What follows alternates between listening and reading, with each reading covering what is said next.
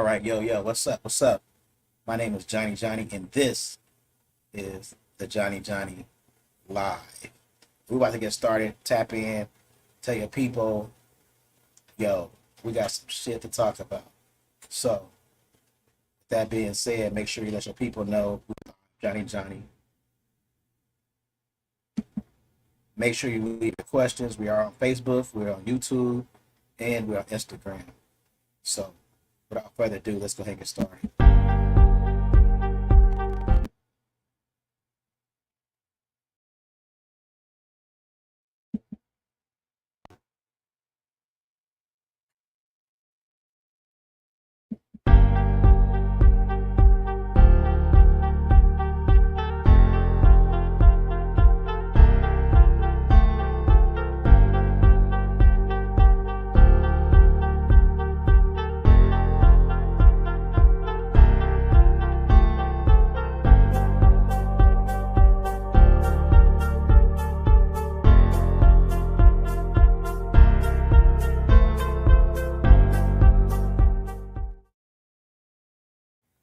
What's up? What's up, people? How's everybody doing?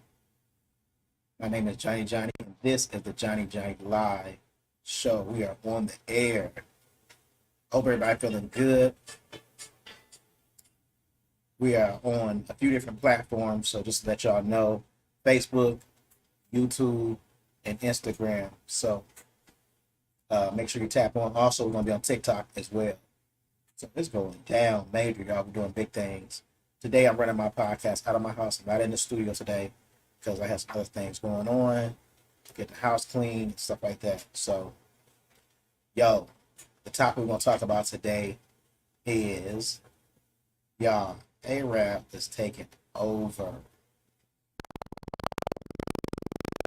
A post about Arabs buying the Circle K of University, and I don't know how I feel about that. But this is probably one of the last Circle K's that I know of in Peoria. So they bought it's two Circle K's on Knoxville, and they bought both of those. And then this one was on University, and they bought that one. There's another gas station on University further up, and they bought that one. Now they do, and actually there's one across the street from Glen Oak Park, and they bought that one. And also there's one on Knoxville by the hospital, and they bought that one. So pretty much all the gas stations in the central area of Peoria are now owned by Arabs. And also, there's also one on, what is it? It's almost by Sterling. I think it's almost by Sterling, Gale, somewhere over in that area, where Landmark is. And they bought that one, own that too. And they own the one on Main Street. They own both gas. Damn, I didn't even think about that. They own both gas stations on Main Street. They own the one on Western on top of the hill. You go down Western, they own that one. So they pretty much got it sold up, y'all, when it comes to gas stations. And I don't care what they tell y'all, gas stations bring in money. That's a very, very lucrative business. And then they went as far as putting other things on in the gas station. If y'all can think of any other gas station they own, let me know. But those are some of the gas stations that I know that they own. JJ's Chicken, they own that. And they have those scattered throughout Peoria, so it's like a chain now of JJ's Chickens and Fish in Peoria. The one on University, they run that, they own that one. So I don't know how much y'all know that they own. Oh, Mason owns the one on Sheridan, one where Sheridan Liquor Store is. And that's the crazy part about that one is Mason owns Sheridan gas station, gas station Sheridan. They also own the building across the street that was Sheridan Liquors. They own the hair salon on the corner, and they also own that furniture business place plateau. So they own that whole corner. That whole corner is now theirs and their possession. And that's in our hood. You go in Wisconsin, East Bluff, and they own a lot of those businesses. Like they buying up Peoria. That's my point is they're buying up Peoria. Turning some of these businesses that couldn't turn a dollar or couldn't be profit, and they're making those businesses boom. They have unlimited amounts of cash flow to hold up a business until it starts making money. And I think that's one of the things that a lot of businesses fall flat because they don't have the capital to keep their business going until it starts making money. One of the reasons why they have the capital because they are a team. Okay, to my knowledge, it's not just one person that owns those 4 businesses on Sheridan. It's a group. Anytime you go over there and you see these nice ass cars, like 4 or 5, come together, they're having a meeting. And 9 times out of 10, they're meeting on what they're going to buy next. So, going back to my topic, it's the Arabs are buying up everything. And black folks just ain't get it together. Now, why do I say that?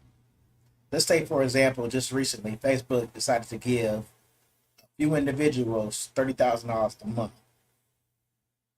for some of the people who had a lot of followers and they felt like they could really get Facebook where it needed to be, because you got Instagram came up, blew up, and you got TikTok that's blowing up now. So they were scrambling and said, we need some way to where people put more videos on there, people put more reels, and we can basically make Facebook like Instagram or TikTok or bigger. A lot of young kids are starting to get off of Facebook because their parents own it. They don't want to be on a platform that their parents use. You know what I'm saying? That's like old school. So they wanted to do something to bring people back.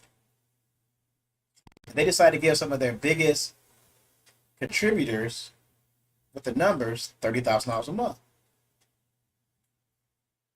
The way they did it is they started with people who was really getting the views. You had to pass certain criteria in order to be cash flow.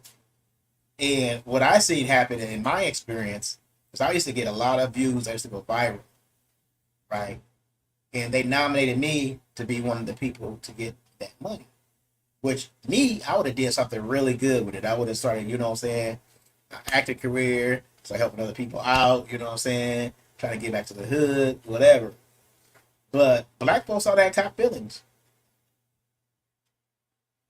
And they was like, nah, I ain't finna like nothing else you put out there. I ain't gonna like nothing. I'm not gonna repost nothing.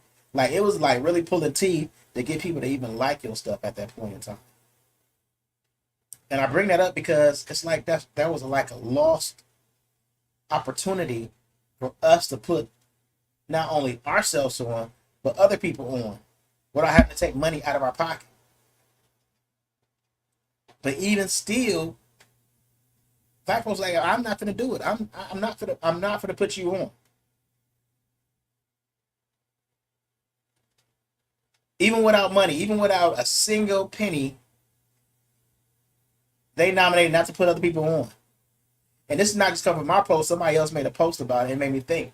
They was like, as soon as Facebook said that they're gonna start paying people to make content, that's when people stop liking other people's stuff. Stop sharing other people. I mean, really stop sharing stuff. You know what I'm saying? And that's crazy, the way that we do each other like that. Like, a lot of these people are really like even my skits. I have really funny skits. It's not just doing silly shit. It's really funny skits. A lot of people have really good content. But we as a people basically looked at it that like, I'm not going to help you out. Get to where you need to be at. Not even knowing what you would have did with that money. So there is no unity in the black community. You know, they said like it takes a village. Like that village is gone. There is no unity anymore. And that's sad. We will not help each other out, do anything. Like those days are gone. But you have foreigners like Mexicans, they live together for years until they get where they need to be at. And then start building houses, making sure other families have houses. If your house is broken down, you need a new roof, you don't go to a contractor. You go to your brothers, Arab brothers, your Mexican brothers, and then they're gonna help you build a roof. That way y'all saving money, keeping your money back in your community. We only help each other move. Get ready to move and call one of your people to help you out, man.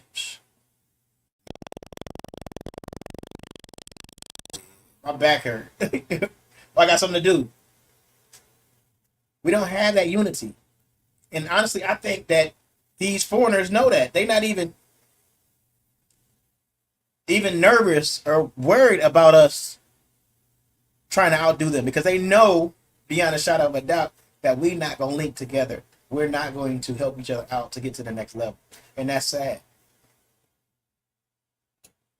They should be fearing us like, oh, yeah, they're a threat in business. But they know that ain't never going to happen.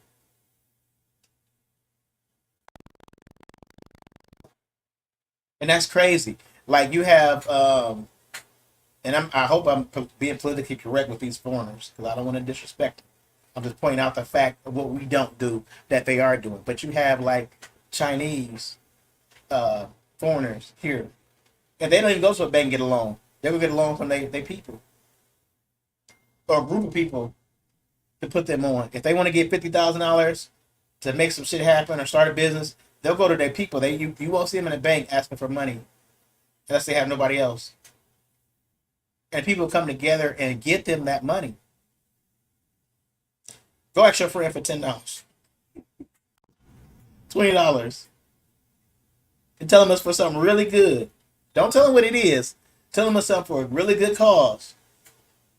9 times, man, I ain't got it, man. Man, shit, I'm broke, man. I just spent, Silco hit me up. It don't matter what it's for. You're not getting that money. 9 out of 10 times. And I'm saying, I'm being funny and saying $20. Ask her for $300. It's not gonna happen. I had to get to a point where, because I'm single, I had to get to a point where I felt like I had to figure something out to where if I needed some money, there's places I can go get money, and it wasn't from just people because I know people are not gonna loan me money if I need money or if I get in a bind. That's not gonna happen. I can't think of not one single person right now that I can go to and get $50. No matter what it's for. That's sad.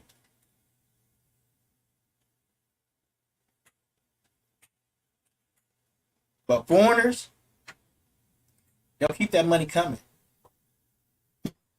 They say like we as black folks, ooh, that was a big change. They say like black folks, we don't keep the money in our hood for a long time. As soon as we get it in our hands, it's out the door. And that's crazy. That's like, okay, say if you got your taxes, as soon as you get your taxes, what you gonna do? You probably gonna go buy a bottle, an Arab, some sticks from the Arabs. I'm not faulting nobody. I mean, we are who we are. But I'm just saying that money is not gonna. You ain't finna be like, oh man, I'm finna hit old boy up and get that shit he was selling online. Now I got this money. He probably you will. I'm not saying that you won't hit him, but he probably not gonna. More than 9 times I tell you, he's not gonna be one of the first people that you call. And that's what I'm saying with them. They'll be the first and only people that they call. Unless they can't get it from nowhere else, then they will give money for. And I'll say this and take a look at this. If a black person opens a store, how many times will you see foreigners come in that store? So we almost have to rely on each other to make that shit work. And we can't do that. Like seriously, open up a store, and I want to see how many foreigners come in that store and ball out and spend money. Even Africans, unless you got something they really want, and they can't get nowhere else. some kente's, handmade kente's that they want. They ain't coming. They not coming. They gonna find out anywhere else they can get that from. I done seen so many black corner stores closed down. Had the same food, the same chips. In fact, when Valley Park first opened up, a lot of y'all don't remember when Valley Park first opened up.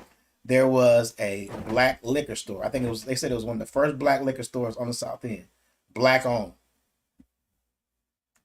And I went in there. I wasn't old enough to buy liquor. I think I was old enough to buy cigarettes. I went in there. I think I bought some squares, some Newports, and they was on the verge of closing down. And I was curious, like, why y'all closing down? Y'all got everything that we want. Y'all got liquor. Y'all got cigarettes. Y'all got Newports. And dude was like, they won't come in here and buy my Newports. They felt like the Arabs' Newports are fresher, or their liquor is better liquor.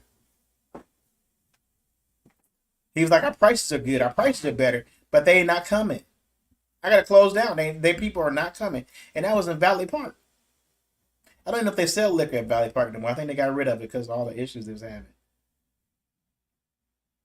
Yeah, they don't do that because that'd be too convenient.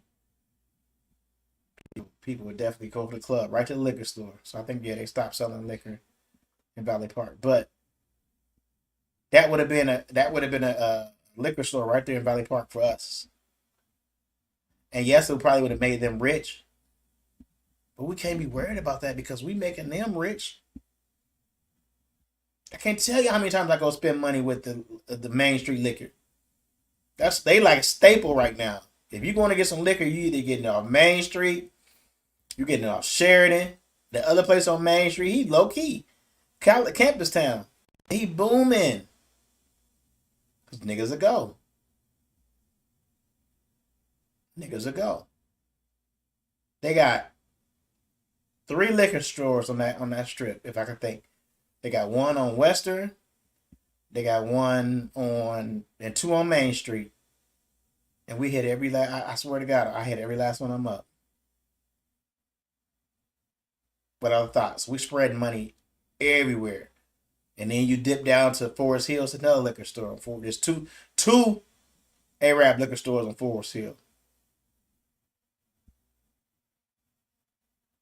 2 on Sheridan. They got us quartered. 1 on Prospect. So they make money. Liquor stores make money. They got 2 on what? 3 on the South End. Just in that little area. Now I'm just naming off of them. That's wild. They everywhere making money, and they're not separate. They're not separate. They may look separate. They may act separate, but you see a lot of those people working in some of them other gas stations or whatever. Because the guy that works up at the one where Kroger's used to be, the one that work up there, he be in all of them working. So they all know each other. The ones on Farmington Road be in all the other liquor stores. So they're all connected. I'm not gonna say you never, but you won't see that no time soon from us. You just won't. And I'm not. I don't know why. Well, I kind of do know. We don't like each other like that. We don't like each other. We don't trust each other. We not finna sit in no store for no 12 hours a day. I can tell you that right now. We was watching this video. Stu was like, first day where he almost got fired. Came to work almost drunk. Worked for an hour and won his money. I mean, we ain't that bad, but you know what I'm saying? But here's the thing though. When people work 12 hours a day, and I was younger, and I went to one of them A-Rap guys. I was like, man, I was just curious. Why are you in here all the time? Like, don't you have a life? And he told me the game. I don't know if he meant to tell me the game. He told me the game. He was like, look, I do this for 3 years, I'll be a millionaire. That's what they promised me. I sit in the store for 3 years, I'll be a millionaire, and then somebody else gonna take it over. So just 3 years of your life, you give it up. 3 years of your life, you're gonna have your own store to run, and then you calling the shots because you notice you don't never see them up there more than 2 3. I think every 2 years, if they bring somebody in there new, then it's tax free for 2 years. So they got the game on lock. They run that shit for 2 or 3 years. They buy their own store, and let somebody else running that bitch. Game on lock. And meanwhile, we can't even get our shit together. The Mexicans buying up the South End, buying it up. I went to Logan Park this summer. That's a park when I was young with none but black folks. But we was tearing that bitch up. Now every Saturday, Sunday, they playing soccer. Got Logan Park sold up. And not a care in the world. They buying up houses down there. So yeah, we gotta get together for real. I mean, we really had an opportunity to buy up the South End, and that's the crazy part. That's the part I look back at. It's like, man, a lot of hoods are like that. Where we was in those hoods. We was the one residing in those hoods. We had an opportunity to buy up a lot of that property, especially when you see a lot of vacant lots and stuff like that that they auction off for pennies on the dollar. Like that was an opportunity to really buy up that shit, but nobody taught us that. Nobody was teaching us that and how to make a hood our own. What they call it, gentrification. Gentrification. First the coffee shops come in. That's exactly what happened downtown. They brought coffee shops in, and I think Ice Cube talked about it on Barbershop. Dude said exactly what gentrification is. First, coffee shops come in. Once coffee shops come in, and then they start moving all white people down there, and then they just start taking it over, pushing black people out. That was the plot of one of the barbershops. They're going to push all them black businesses out to bring in other white businesses and things like that, corporate businesses. And that's what's happening.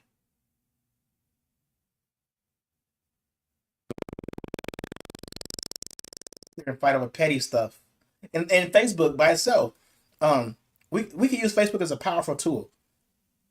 Like we could use Facebook to really run some shit and teach us about business and how to get on. TikTok do a little bit of it, but it's choppy. You only they be like, look, get your LLC, da da da, you on, because you only got a few seconds to tell it. You know what I'm saying? You can't really go through. You gotta do this. You gotta do this. You gotta do this. So they only got a few seconds to do that.